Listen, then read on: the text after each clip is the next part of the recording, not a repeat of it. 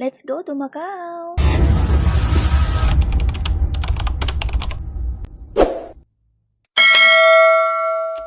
Ayan, ang saya-saya na naman kasi makakapunta na naman ako ng Macau. Late na nga ito, mga alas 8 ng gabi at saka may bagyo. Pero pinilit ko pa rin na salubungin yung bagyo kaysa naman hindi ko makasama matulog yung anak ko. So ayan, kaya kahit kabagyuhan at late at night na, bumili na lang ako ng tinapay para magsilbing hapunan ko sa daan. Mabilis lang yung naging biyahe ko compare last time.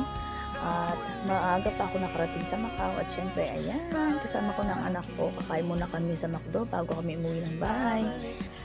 6 years na nga pala sa Macau yung anak ko as a cleaner. Pag tinalang malapit lang yung Macau to Hong Kong, kaya kahit anong oras pwede ko siyang bisitahin basta't may pamasahe.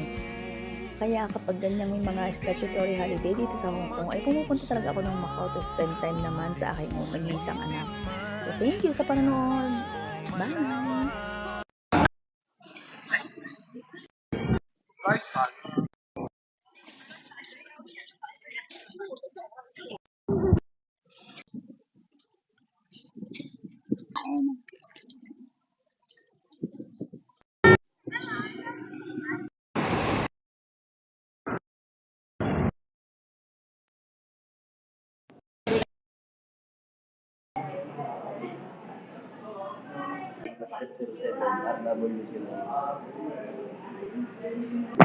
Pasok. Kasing ka ba, Bunsa? Ang ating abang.